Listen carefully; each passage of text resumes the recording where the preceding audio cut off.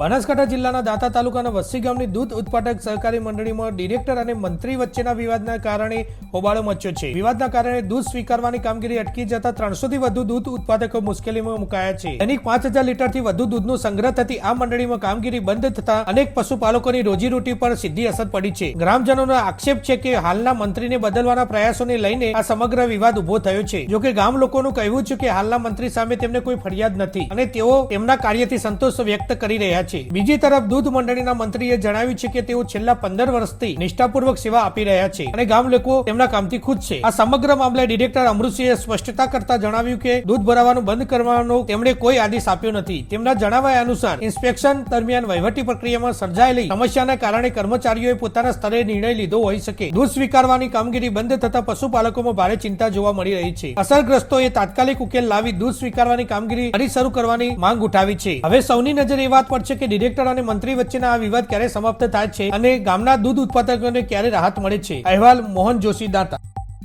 લાલાભાઈ બિજુલભાઈ રબારી છું, આ ગામનો વતની છું સાહેબ।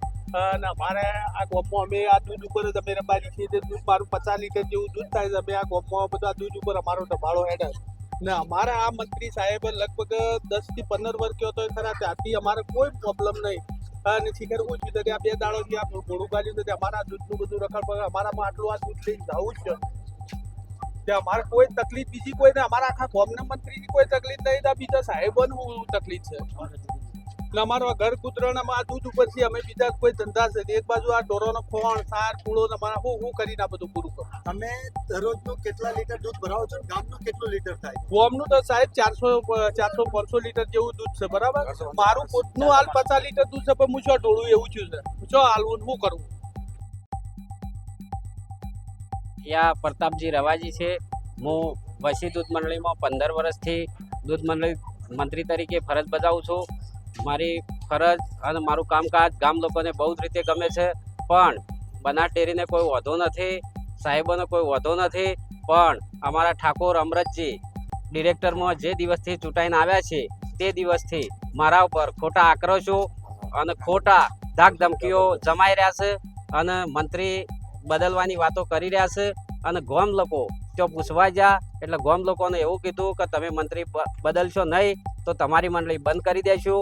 તમારો દૂધ જો ભરાવો હોય ભરાવજો, અમારે કોઈ વાંધો નથી। તમે મને વોટ આપ્યું એમાં તમે મને કોઈ મોટી પેલી કરી નથી, માટે તમારી મંડળી બંધ કરી દેવી હોય બંધ કરી દો। તમારે ગામ લોકોનો મંત્રી ગમે કે ન ગમે મને ગમતો નથી, એટલે મારે મંત્રી બદલવો જ પડશે। તમે નહીં બદલો તો તમારી મંડળીનું દૂધ બંધ કરી દેશું।